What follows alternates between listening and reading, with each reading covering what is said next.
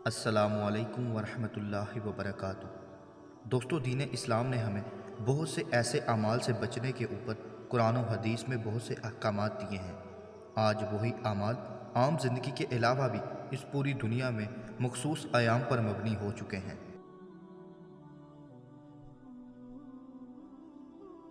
اور انہی برے اعمال میں ایک جھوٹ بولنا جو کہ آج پوری دنیا میں اپریل فول کے نام سے مخصوص کیا گیا ہے۔ عام زندگی میں بھی ایسے اعمال کرنے کے علاوہ مغرب میں آج ان برے اعمالوں کو خوشی سے کیا اور مخصوص دنوں پر کیا جاتا ہے۔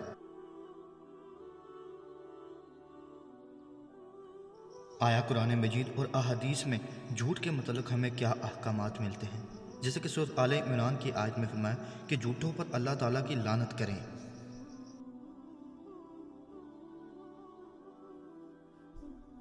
اسی طرح صحیح بخاری، صحیح مسلم اور مشکوٰۃ المصابیح میں حضرت عبداللہ ابن مسعود رضی اللہ عنہما بیان کرتے ہیں، رسول صلی اللہ علیہ وآلہ وسلم نے فرمایا، سچائی کو اختیار کرو کیونکہ سچائی نیکی کی طرف رہنمائی کرتی ہے اور نیکی جنت کی طرف رہنمائی کرتی ہے۔ آدمی سچ بولتا رہتا ہے اور سچائی کا متلاشی رہتا ہے، حتیٰ کہ وہ اللہ کے ہاں صدیق بہت سچا لکھ دیا جاتا ہے۔ اور تم جھوٹ سے بچو کیونکہ جھوٹ گناہوں کی طرف رہنمائی کرتا ہے اور گناہ جہنم کی طرف رہنمائی کرتا ہے۔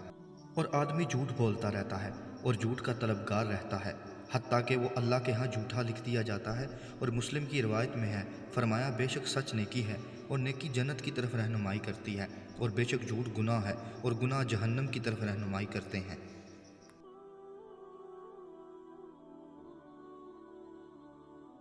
اسی طرح جامعہ ترمذی، سنن ابی داؤد اور مسند امام احمد اور مشکوٰۃ المصابیح میں معاویہ بن حیدر رضی اللہ عنہما کہتے ہیں کہ میں نے نبی کریم صلی اللہ علیہ وآلہ وسلم کو فرماتے سنا ہے، تباہی اور بربادی ہے اس شخص کے لیے جو ایسی بات کہتا ہے کہ لوگ سن کر ہنسیں، حالانکہ وہ بات جھوٹی ہوتی ہے، تو ایسے شخص کے لیے تباہی ہی تباہی ہے۔ دوستو، اس حدیث سے واضح ہوا کہ اس شخص کے لیے بھی تباہی ہے جو مذاق میں بھی لوگوں کو ہنسانے کے لیے جھوٹ بولے۔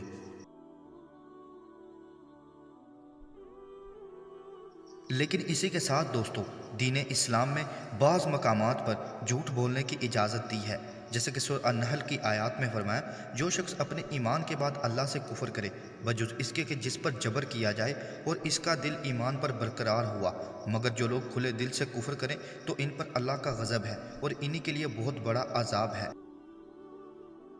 یعنی کہ جان بچانے کے لیے کلمہ کفر بھی جائز ہے، لیکن اس کے لیے بھی یہ شرط ہے کہ دل میں ایمان ہونا چاہیے، صرف جان بچانے کی حد تک یہ حکم ہے۔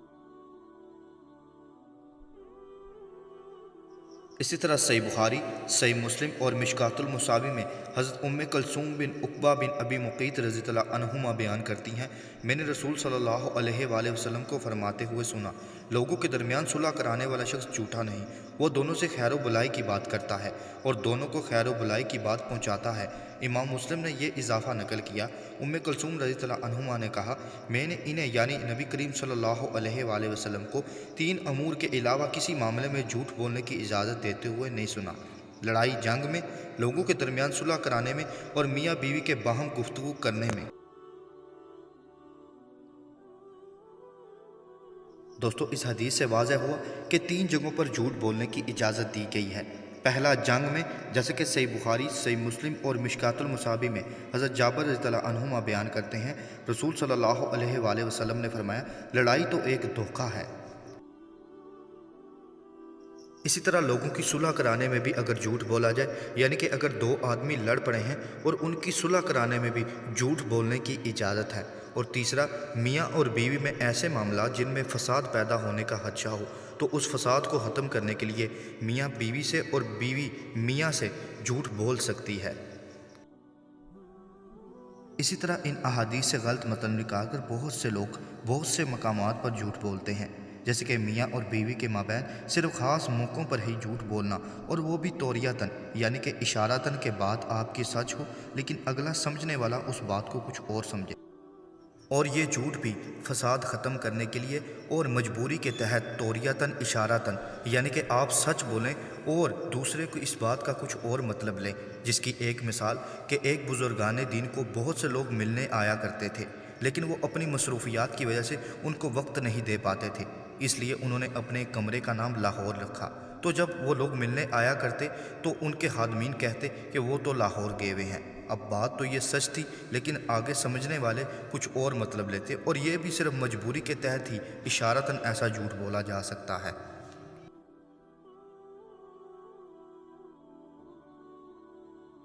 اسی طرح سورۃ آل عمران کی آیت میں فرمایا، مومنوں کو چاہیے کہ ایمان والوں کو چھوڑ کر کافروں کو اپنا دوست نہ بنائیں، اور جو ایسا کرے گا وہ اللہ تعالیٰ کی کسی حمایت میں نہیں مگر یہ کہ ان کے شر سے کسی طرح بچاؤ مقصود ہو، اور اللہ تعالیٰ خود تمہیں اپنی ذات سے ڈرا رہا ہے اور اللہ تعالیٰ ہی کی طرف لوٹ جانا ہے۔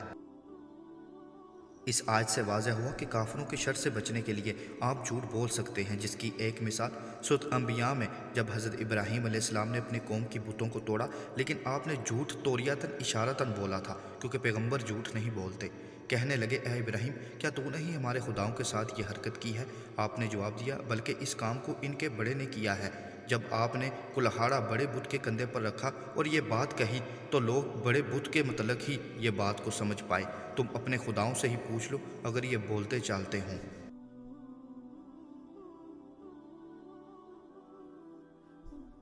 دعا ہے کہ وہ ہمیں اپنے دین کو سمجھنے، اس پر عمل کرنے اور دوسروں تک پہنچانے کی توفیق عطا کرے، اور اللہ تعالیٰ سے دعا ہے کہ وہ ہمیں مغرب کی ایسی مشابہت سے بچائے جس سے ہمارے عقائد کو نقصان پہنچے۔ السلام علیکم ورحمۃ اللہ وبرکاتہ۔